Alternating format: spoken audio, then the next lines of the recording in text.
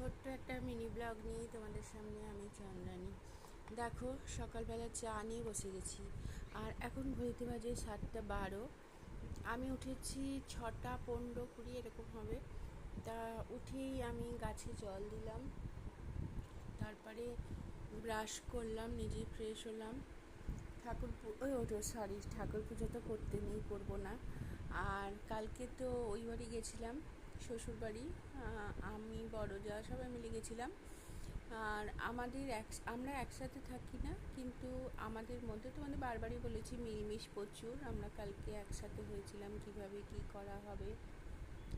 আজকে তিতো ভাতটা ভেবেছিলাম একসাথেই করবো আর কি, কিন্তু এই যে আমাদের মেয়েদের সব যে যার চাকরির জন্য ওটা হয়ে উঠছে না, তাই জন্য বাড়িতেই করে নিতে হচ্ছে। তারপরে শ্বশুর বাড়িতে যাতায়াত আছেই সবসময়।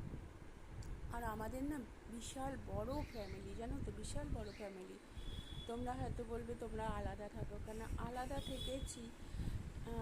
আমার শ্বশুরবাড়িতে 3 ভাই পরপর বিয়ে হয়েছে, দুজনের দেখাশোনা। আর আমার মানে ভীষণ কম বয়সে আমার বরের তো 23 বছর বয়সে চাকরি পেয়েছে, বিয়ে হয়ে গেছে, কিছু করার ছিল না। যাই হোক, তা এই দেখো জামা কাপড় সব কাচা, প্রচুর কাচা হয়েছে। দেখো জামা কাপড় ভর্তি, সব তুলবো, প্রচুর কাজ। এখন তো ঘরে বুঝতে পারছো এত কাজ যে বলবার না। দেখো প্রচুর জামা কাপড়, এমনকি এখানেও মেলে দিয়েছি। দেখো প্রচুর জামা কাপড়, সব তুলবো, তুলে ভাঁজ করব। গাছে তো জল দিয়ে দিয়েছি বললাম, তাও এই পাশের গাছগুলো না জল দিইনি, মাটি ভেজা। তারপরে প্রথমেই তো সব আমার বাচ্চাগুলোর দেখো ভাত বসিয়ে দিয়েছি।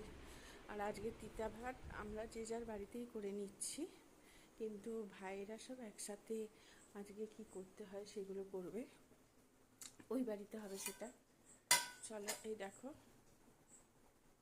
এই যে আমাদের ভাত বসিয়েছি, আর এটা আমার বাচ্চাগুলোর ভাত বসিয়েছি, আর সাথে ডিমও দিয়ে দিয়েছি। আর আজকে দ্বিতীয় ভাত এই যে মুগ ডাল কিনে আনা হয়েছে। আমাদের বাড়িতে না মুগ ডালটা সেরকম আনি না, বেশি মসুর ডালই আনি।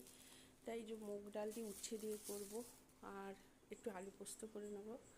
কোনো তো ফোড়ন দেওয়া যাবে না, সিদ্ধ এই। আর আজকে ভাবছি ঘরটা একটু চেঞ্জ করব, অনেক দিন হয়ে গেছে। আর তোমাদের সাথে সেটাও শেয়ার করব পরে, বুঝেছো। আর আমার বাচ্চাগুলো মাছ খেতে একটু অসুবিধা হচ্ছে, দিদি মাছ সিদ্ধ করে আনছে। তাই তোমাদের পুরোটাই পরে শেয়ার করব। আমি এইটুকুই তোমাদের মিনি ব্লগ দিই।